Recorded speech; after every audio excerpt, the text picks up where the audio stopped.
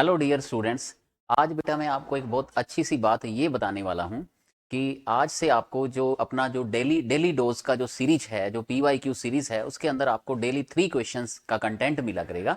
Alternate days में एक दिन 11th क्लास के टॉपिक के ऊपर और एक दिन 12th क्लास के टॉपिक के ऊपर आपको 3 क्वेश्चंस मिलेंगे, ताकि बेटा जो नीट के बच्चे हैं या जेई मेंस के बच्चे हैं वो सब टॉपिक उनके इक्वली कवर होते रहें और उनको सीरीज में ज़्यादा से ज़्यादा क्वेश्चंस भी मिलते रहें। तो अपने 3 टाइम्स अपने आपको ज़्यादा क्वेश्चन आपको मिला करेंगे। सेकंड बात बेटा ये है कि साथ साथ में आपको बेसिकली जो 12th बोर्ड के बच्चे हैं उनकी तैयारी अच्छी हो बोर्ड की एग्जाम के लिए, कुछ मैं ऐसे PYQ भी डेली आपको करवाऊंगा जो बेटा नीट की आपकी बुक में से, जो अपने NCERT की जो आपकी बुक में से जो लिए गए हैं, बेसिकली जो 12th बोर्ड में भी पूछे गए हैं और सेम ऐसे ही क्वेश्चन नीट और जेई मेंस में भी पूछे गए हैं। तो बोर्ड के PYQ भी अपने साथ साथ कवर करेंगे। तो मेन बात बच्चों, आपने कहीं से भी आपने पढ़ रखा हो, आपने स्कूल के कोचिंग के नोट्स हैं उसको आप पढ़ते रहिए, लेकिन जो आप रिवीजन करेंगे, रिवीजन के लिए ये जो स्ट्रैटेजी है जो ये वो बहुत अच्छी स्ट्रैटेजी है, क्योंकि हम थोड़ी थोड़ी छोटी छोटी बातों को रिवाइज करते हुए उन बातों को अगर अपने पक्का कर लें, अच्छे से अपने माइंड में अपने परमानेंटली स्टोर कर लें, तो आपको बेटा एग्जाम वाले दिन बहुत अच्छा डिफरेंस देखने को मिलेगा कि आपको बहुत बातें ऐसी होंगी जो आपको बहुत, आपके कंसेप्ट स्ट्रॉन्ग होंगे। तो हम ऐसे कंसेप्ट ही हमने NCERT में से लिए हैं बेसिकली। तो आज का बेटा जो अपना टॉपिक है 3 PYQ का वो रहेगा करंट इलेक्ट्रिसिटी। तो देखो इसमें कितनी अच्छी बातें हम अभी सीखने जा रहे हैं बेटा। देखो तो करंट इलेक्ट्रिसिटी के अंदर जो अपना जो फर्स्ट जो न्यूमेरिकल है, इसमें आपने क्या फाइंड करना है। देखो बच्चों, इसमें आपको बेटा बताना है करंट डेंसिटी। आपको क्या बताना है इसमें? करंट डेंसिटी के ऊपर आपको बातें आपको बतानी है। ठीक है। अब करंट डेंसिटी क्या होती है? ड्रिफ्ट ऑफ इलेक्ट्रॉन्स जो होता है कंडक्टर के अंदर, उसके कारण क्या होती है करंट डेंसिटी, क्या होता है उसका फॉर्मूला। तो मैं आपको फर्स्ट बात ये आपसे पूछना चाहूंगा कि आपने सबसे जो इंपॉर्टेंट लाइन जो याद कर रखी है, जिसको आपको रिवाइज करना है, वो कौन सी है बच्चों? बताओ। कि करंट का जो फॉर्मूला होता है वो होता है NaEVD। ठीक है। ये बेटा आपका रिवीजन की जो बात है, सबसे इंपॉर्टेंट जो फॉर्मूला है, जो relation between current and drift velocity है, वो कौन सा फॉर्मूला है? I is equal to NaEVD।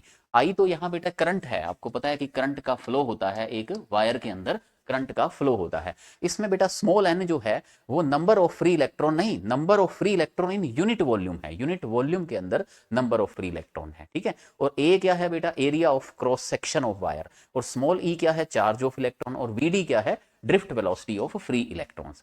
अब बच्चों यहां आपको करंट नहीं पूछी गई, करंट डेंसिटी पूछी गई है, और करंट डेंसिटी को अपने जे से डिनोट करते हैं, और जे का फॉर्मूला क्या होता है? I/A होता है। तो ए को इधर शिफ्ट कर दीजिए, तो I/A। ठीक है। I/A बच्चों किसके इक्वल हो जाएगा बताओ? NeVD। ठीक है। और इसे ही हम J बोलते हैं। तो करंट डेंसिटी का फॉर्मूला क्या हो जाएगा? NeVD। तो यहाँ पे कौन सा ऑप्शन है बेटा? NeVD, ये वाला ऑप्शन है, ये आपका राइट हो जाएगा।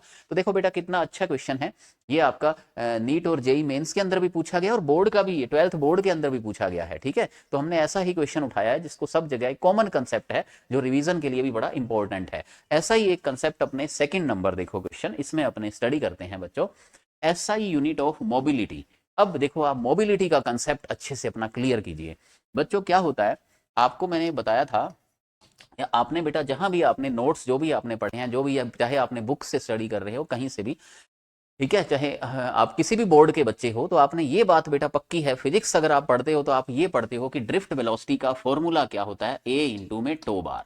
ठीक है। इसके लिए मैं आपको बहुत सिंपल बात बताता हूं कि बेटा आपने मैकेनिक्स पढ़ी है, तो V का फॉर्मूला वहां भी तो U प्लस एटी होता है ना। V का जनरल फॉर्मूला नहीं होता V is equal to U plus at. और अगर U जीरो हो, इनिशियल वेलोसिटी जीरो हो, तो V को AT लिखते हैं। तो यही तो ये फॉर्मूला है बेटा, V is equal to A into T. यहाँ A क्या होता है बेटा? एक्सीलरेशन होता है। ठीक है। और इनिशियल वेलोसिटी बेटा यहां भी जीरो होती है, क्योंकि जब अपने सेल लगाया ही नहीं था, क्योंकि स्टार्टिंग के अंदर बच्चों क्या था, हमने सेल नहीं लगाया था। ठीक है। जब अपने सेल को नहीं लगाया था वायर के साथ, तो इलेक्ट्रिक फील्ड नहीं था, तो इलेक्ट्रॉन चले भी तो नहीं थे ना। तो इनकी initial velocity due to electric field क्या होती है? जीरो होती है। तो यू जीरो होती है, तो वी कितना आ जाएगा? ए इंटू में टी आ जाएगा। अब एक्सीलरेशन, एक्सीलरेशन बच्चों कैसे निकालते हैं? इलेक्ट्रिक फील्ड का जो फोर्स होता है वो होता है F is equal to Q E, force by electric field. ठीक है। F is equal to Q E. किसका इलेक्ट्रिक फील्ड? सेल का, क्योंकि हम सेल लगाएंगे उसमें एक इलेक्ट्रिक फील्ड होगा, और इलेक्ट्रिक फील्ड के कारण इलेक्ट्रॉन्स के ऊपर फोर्स लगेगा, तो वो वायर के अंदर चलेंगे, जिससे करंट बनेगी, और चैप्टर का नाम बनेगा करंट इलेक्ट्रिसिटी। तो बेटा इसकी जो ओरिजिन होती है वो इलेक्ट्रिक फोर्स से होती है, और फोर्स क्या होता है आगे? Mass into acceleration. पर हाँ, एक बात और भी मैं यहाँ कहना चाहूंगा कि जो चार्ज है ना बेटा इलेक्ट्रॉन का, उसे हम ई से डिनोट करते हैं, स्मॉल ई से। और बच्चों ये फोर्स क्या हो जाएगा बताओ, ये फोर्स हो जाएगा mass into acceleration is equal to ई ई। तो एक्सीलरेशन बच्चों क्या हो जाएगा, ई ई बाय एम हो जाएगा। तो यहाँ पर मैं इसके अंदर एक्सीलरेशन का फॉर्मूला लगा देता हूँ, ई ई बाय एम इंटू में टो बार। अब बच्चों देखो यहाँ पे E और M कांस्टेंट हैं दोनों, क्यों? क्योंकि E है इलेक्ट्रॉन का चार्ज और M है इलेक्ट्रॉन का मास, ये दोनों कांस्टेंट हो गए। टो बार बेटा टाइम ही होता है, लेकिन यहाँ पर ये कौन सा टाइम होता है बेटा, दो कोलिजन के बीच का जो एवरेज टाइम होता है, ठीक है ना।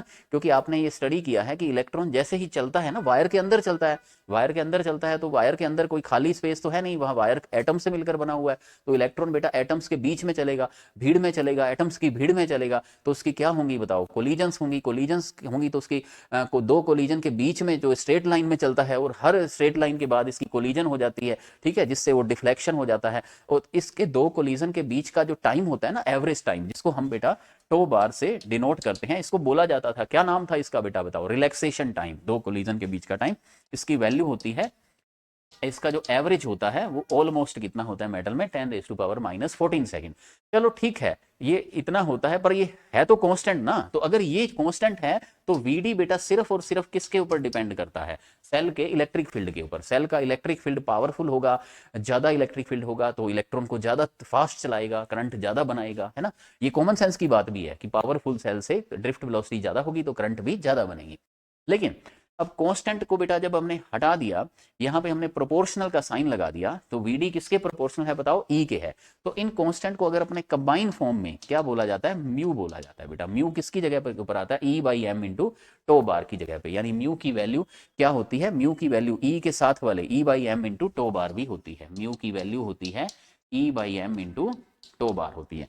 लिए बेटा म्यू के बारे में हमने काफी कुछ चीजें सीख ली। म्यू को ही तो बेटा मोबिलिटी बोला जाता है, इस म्यू को बोला जाता है मोबिलिटी ऑफ फ्री इलेक्ट्रॉन्स। और इसकी अब यूनिट और बता दो, तो म्यू क्या हो जाएगा बेटा, वीडी बाई ई, और वेलोसिटी की यूनिट क्या होती है, मीटर पर सेकंड, ठीक है। और इंटेंसिटी, इलेक्ट्रिक फील्ड इंटेंसिटी की यूनिट होती है वोल्ट पर मीटर, ठीक है। नीचे था ना तो उल्टा करके लिख दिया, तो ये क्या बन जाएगा, metre square by volt into second. ये बेटा आपकी मोबिलिटी की यूनिट हो जाएगी, ये आंसर हो जाएगा, metre square by volt into second. Volt और सेकेंड की पावर -1 हो जाएगी, ठीक है। तो बेटा देखो आपने कितनी सारी बातें, आपने अच्छी बातें आपने सीखी, रिवाइज किया मेन चीज आपने, किसको, ड्रिफ्ट वेलोसिटी और मोबिलिटी के अंदर जो रिलेशन होता है, ठीक है। ये ड्रिफ्ट वेलोसिटी और मोबिलिटी, मोबिलिटी क्या होती है बेटा, म्यू को बोलते हैं, जो कांस्टेंट रहती है एक मेटल के लिए, ई बाई एम इंटू टो बार, क्योंकि तीनों ही चीजें वहां पे कांस्टेंट थी।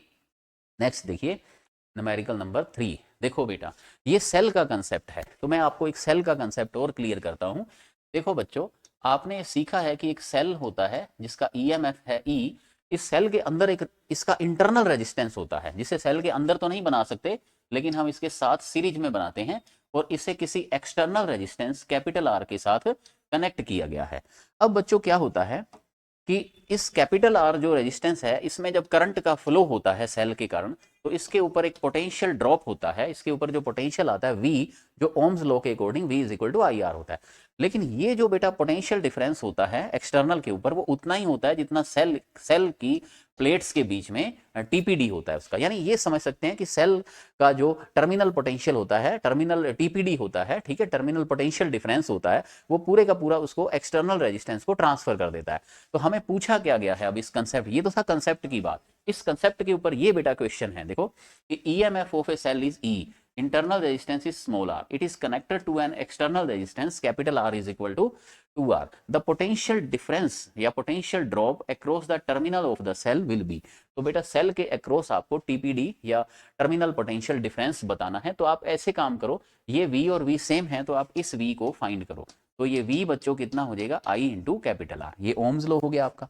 अब बताओ बच्चों करंट का क्या फॉर्मूला होता है, करंट होती है टोटल वोल्टेज अपॉन में टोटल रेजिस्टेंस। टोटल रेजिस्टेंस क्या होगा, एक्सटर्नल प्लस इंटरनल, ठीक है। ये एक्सटर्नल हो गया कैपिटल आर, और इंटरनल हो गया स्मॉल आर, इंटू में आर। और कैपिटल आर की वैल्यू आपको बेटा कितनी गिवन है, 2r।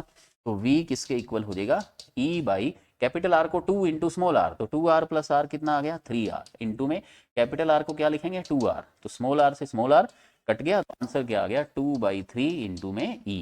ये बच्चों आपका आंसर हो जाएगा। तो आपने बच्चों इसमें क्या सीखा कि टीपीडी कंसेप्ट, सेल का जो टर्मिनल पोटेंशियल डिफरेंस होता है वो कैसे फाइंड किया जाता है। अगर आपको एक्सटर्नल रेजिस्टेंस गिवन हो, उसकी वैल्यू आपको गिवन हो, तो आप इजीली इसको फॉर्मूले से फाइंड कर सकते हैं। तो ये बेटा एक बहुत अच्छा कंसेप्ट है। आप ठीक है, आप इसमें सोचना इस बात को, ठीक है, इस बात को सोचना कि इस कंसेप्ट के ऊपर 12th बोर्ड के अंदर तो आया ही हुआ है, ये 12th बोर्ड का क्वेश्चन तो है ही सही, लेकिन इस कंसेप्ट के ऊपर कितनी बार नीट के अंदर और जेई मेंस के अंदर भी क्वेश्चन पूछा गया है। ठीक है, आप इसको देखना, इसको पीवाईक्यू के अंदर, तो आपको पता चलेगा कि ये बहुत इंपॉर्टेंट कंसेप्ट है जो आपको रिवाइज रखना है, और ये परमानेंट मेमोरी में इसको आज के बाद इसको डाल लीजिए तीनों पीवाईक्यूज को। ठीक है।